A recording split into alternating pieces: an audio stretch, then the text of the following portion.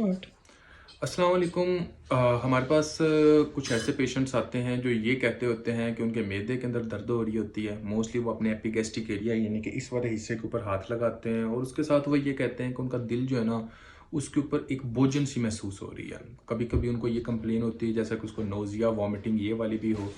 और हम जब उसको कभी भी ऐसे पेशेंट्स को रिसीव करते हैं या ऐसा कोई भी पेशेंट आप घर के अंदर देखते हो जिसके साथ ये सारे के सारे सिम्टम्स अगर हो रहे हों,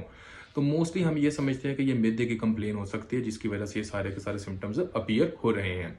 और जो घर के अंदर अफराद होते हैं वो भी इसको मैदे का एक छोटा सा मसला समझ के इग्नोर करते हैं। और जब ये पेशेंट्स इमरजेंसी या वैसे हॉस्पिटल के अंदर आते हैं तो समटाइम्स जो डॉक्टर होते हैं, जो जूनियर डॉक्टर्स, वो भी इस तरह समझते हैं कि हाँ यार, ये मैदे का मसला हो सकता है, जिसके नतीजे में वो कुछ मेडिसिन देते हैं और उसके बाद वो मेडिसिन लेके मरीज साहब वो घर में चले जाते हैं और बाद में पता चलता है कि उनको एक तरह का हार्ट अटैक होता है और उससे उनकी जान जो है वो चले जाती है।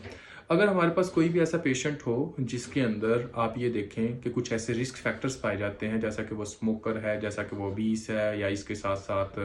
आप ये कह सकते हैं उसको डायबिटीज़ मेलाइटिस है, स्ट्रेस की बहुत ज़्यादा हिस्ट्री है,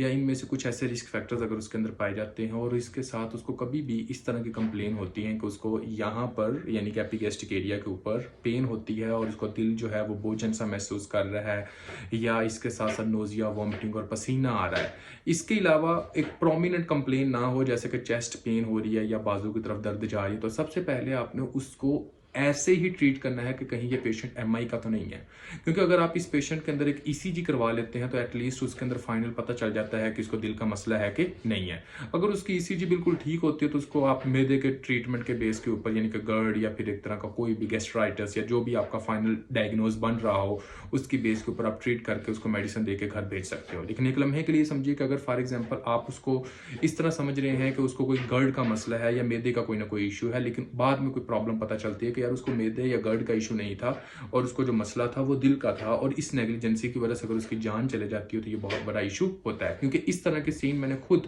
3 से 4 ऐसे सीन जो हैं वो मैंने खुद देखे हैं, जिसके अंदर कुछ स्टूडेंट्स हैं वो भी बताते हैं कि ऐसे ही हुआ कि उनके जो पेरेंट्स थे या उनके जो जानने वाले थे वो सिर्फ और सिर्फ मैदे के अंदर उनको एक अजीबपन तकलीफ महसूस हुई है और उसके बाद उसका दिल बोझन महसूस हुआ, नोजिया वॉमिटिंग की कंप्लेन थी, और बाद में पता चला कि उनको एक दिल का अटैक हुआ और उससे उसकी डेथ हो गई। तो ये एक बहुत ही इंपॉर्टेंट मैसेज था जो आप लोगों के साथ शेयर करना था, क्योंकि इससे से अगर आप उसको दिल का मसला लेकर समझते हैं तो किसी भी बंदे की एट अ टाइम उसकी जान जो है वो बच सकती है। एक सिंपल ईसीजी करवाएं, अगर ईसीजी के अंदर आपको कुछ फाइंडिंग्स मिलती हैं तो एसीएस प्रोटोकॉल आप दे सकते हो। इसके साथ जो है वो आप उसका ट्रॉपाई करवा सकते हैं जिससे 100% आपका कंफर्म हो सकता है कि हाँ जी जनाब, ये एक तरह का हार्ट अटैक का पेशेंट है। अगर इसी तरह की कोई भी वीडियो आपको चाहिए हो तो आप कमेंट बॉक्स के ऊपर कमेंट कर सकते हो। अपना बहुत सारा ख्याल रखिएगा। फी मानुल्लाह, अल्लाह हाफिज़ और टेक केयर।